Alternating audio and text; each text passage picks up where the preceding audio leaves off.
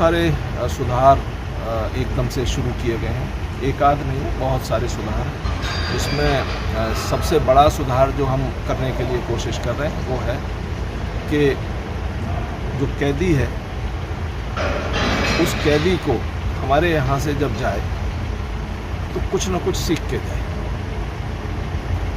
उसमें जंग ना लगे और उसका जो मेंटल जो लेवल है वो अप भी हो और साथ में जो क्राइम की जो क्रिमिनल टेंडेंसी है वो क्रिमिनल टेंडेंसी उसकी ख़त्म हो, जिससे कि जाके वो प्रदेश की जनता की समाज की जो मेन स्ट्रीम में वो एंट्री कर सके। साथ में ये भी हम करते हैं, आपने नोटिस करा होगा कि हम पैरोल भी करते हैं और फरलो भी करते हैं, इमरजेंसी पैरोल भी देते हैं। बेसिक पर्पज़ इसका ये होता है कि वो जो समाज है, समाज में जाकर बीच बीच में वो मिलता रहे।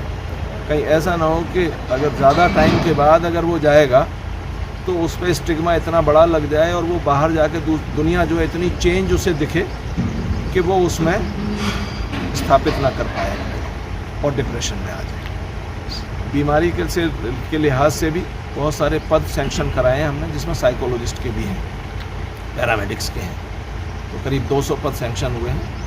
तो वो जो जिसको कहना चाहिए कि जो हमारे कैदी भी हैं, चाहे अंडर ट्रायल है चाहे दूसरे हैं, उनका साइकोलॉजिकल कहीं कोई उनमें डिसऑर्डर तो नहीं है, कोई प्रॉब्लम तो नहीं है। करेक्शनल कंपाउंड बनाने के लिए प्रोजेक्ट हमने बनाया है कि जिसमें सेपरेट स्टाफ होगा जो कि सिर्फ करेक्शन करेगा, मतलब उनको समझाएगा, बुझाएगा, काम सिखाएगा। एक जेल रेडियो सिस्टम स्टार्ट हो रखा है हरियाणा की जेलों में और मैं कोशिश कर रहा हूं कि वो जेल रेडियो सिस्टम पूरा का पूरा कंप्लीट जितनी भी जेलें हैं हरियाणा की उसमें स्टार्ट हो जाए। योगा सेशंस हैं, जो रिलीजियस जो स्पीचेस हैं, वो रिलीजियस जो हेड्स होते हैं उनको बुला करके उनको समझाने के लिए, जिससे उन्हें कुछ दिमाग ठीक होता है। वो जगह जगह देख के स्टडी करते कर रहे हैं। कोई अगर दीवार हमें ऊंची करने की ज़रूरत है तो उसे ऊंची करेंगे, अगर कहीं पर नहीं है ज़रूरत तो हम नहीं करेंगे उसको। तो स्टाफ इसीलिए है कि जो हार्ड क्रिमिनल हैं या ऑर्डिनरी क्रिमिनल हैं उन्हीं से डील करने के लिए ट्रेंड हैं स्टाफ है। और मैं समझता हूँ कि ये हमारा जो जेल का स्टाफ है ये सक्षम है किसी भी कैदी को सीधा करने में। अगर कोई बदमाशी करता है तो ज़िले की पुलिस भी सक्षम है, अगर कोई थ्रेट देता है, कुछ और करता है, तो ये दोनों अधिकारी खड़े हुए हैं। मैं समझता हूँ कि उसके ऊपर ऐसी जो कानूनी जो कार्रवाई है, तो कार्रवाई के बाद मुझे नहीं लगता कि फिर वो ऐसी कुछ जो कि डेली बेसिस पे हम कर रहे हैं और आगे बढ़ाते जा रहे हैं, बढ़ते जाएंगे।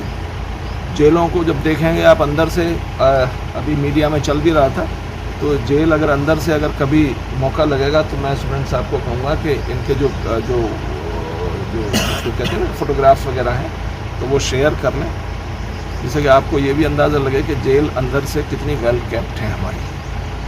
और इतनी वेल केप्ट हैं कि मुझे लगता है कि बहुत कम गवर्नमेंट के इंस्टॉलेशंस ऐसे होंगे क्लीन और ग्रीन जितने ये हैं। सर अभी इसको एक प्रोसीजर है जिसमें सेंट्रल गवर्नमेंट भी इन्वॉल्व होती है, तो वो प्रोसीजर हम स्टार्ट कर रहे हैं और स्टार्ट करके दो उस पर काम हो रहा है, एक तो जैमर पे और दूसरा सैटेलाइट टावर पे। सैटेलाइट टावर भी नहीं कहते, बेसिकली उसे हारमोनियस कॉल ब्लॉकिंग सिस्टम कहते हैं। तो उसमें सेंट्रल गवर्नमेंट भी इन्वॉल्व होती है, तो एक बार वहाँ से परमिशन लेके उसके बाद टाइम लगता है। सर एक सिस्टम कहते हैं उसे हम, इसको कहते हैं कि प्रिजन इनमेट्स कॉलिंग सिस्टम।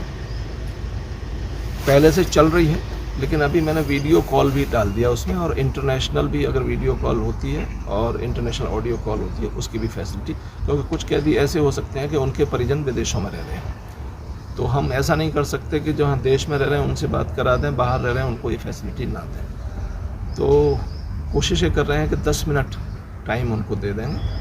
और जो टेंडर दिया है मैंने किसी एक कंपनी को, वो बहुत कम चीप रेट पे है, जहाँ तक मुझे याद पड़ रहा है शायद 27 पैसे पर मिनट पे टेंडर है। तो मतलब अगर 10 मिनट अगर कोई कॉल करता है तो एक प्रिजनर करता है तो मुश्किल से उसके 2 रुपये 70 पैसे उसके लगेंगे। बिल्कुल इससे ज़्यादा चीप मैं नहीं समझता कि हो पाएगा। तो ये फैसिलिटी है, अच्छी फैसिलिटी है। मेरा मानना ये है कि ये भी उसको मेन स्ट्रीम में रखने में काम आई। अगर कोई आदमी 10 मिनट कॉल कर पाता है, अपने परिजनों को देख पाता है, वो उसको देख पाते हैं, तो इट मेक्स अ डिफरेंस। वो अपराध की राह छोड़ेगा।